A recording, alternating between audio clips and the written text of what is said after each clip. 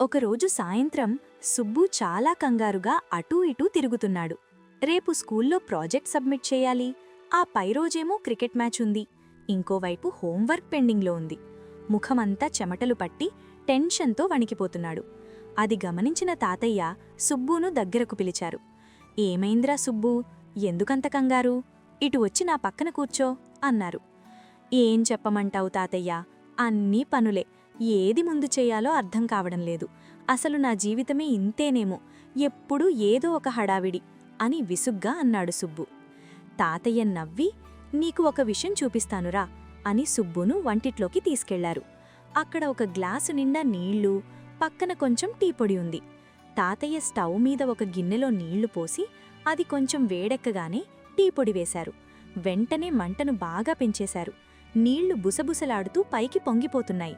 సుబ్బు, ఇప్పుడు చూడు, నేను టీపొడి వేశాను కదా, నాకు టీ ఇప్పుడే కావాలి, ఒక అర సెకండ్లో టీ అయిపోవాలి, అందుకే మంట పెంచాను. ఇప్పుడు టీ తయారవుతుందా అని అడిగారు తాతయ్య. సుబ్బు నవ్వి, ఏంటి తాతయ్య అలా అడుగుతావు? నువ్వు మంట ఎంత పెంచినా టీపొడి నీళ్లలో నాని దాని రంగు, రుచి ఆ నీటిలోకి రావడానికి సమయం పడుతుంది. నువ్వు కంగారుపడి మంట పెంచితే టీ పొంగిపోయి స్టవ్ అంతా పాడైపోతుంది తప్ప రుచికరమైన టీ రాదు కదా అన్నాడు. తాతయ్య సుబ్బువైపు చూసి ఇలా అన్నారు. సరిగ్గా చెప్పావు నాన్న, మన జీవితం కూడా అంతే. నువ్వు చెయ్యాల్సిన పనులనేవి టీపొడిలాంటివి. నీకున్న సమయం ఆ మరిగే నీళ్లలాంటిది. కాని ఆ పని పూర్తయ్యి నీకు విజయం అంటే రుచికరమైన టీ రావాలంటే దానికి సమయం అనే ప్రక్రియ అవసరం. నువ్వు కంగారు పడడం వల్ల పని త్వరగా అవ్వదు.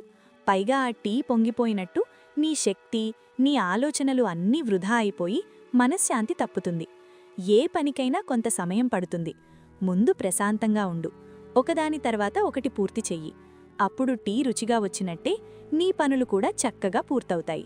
సుబ్బుకి విషయం అర్థమైంది. కంగారు పడితే పని అవ్వదు సరే కదా, ఉన్న పని కాస్త పాడైపోతుందని తెలుసుకున్నాడు.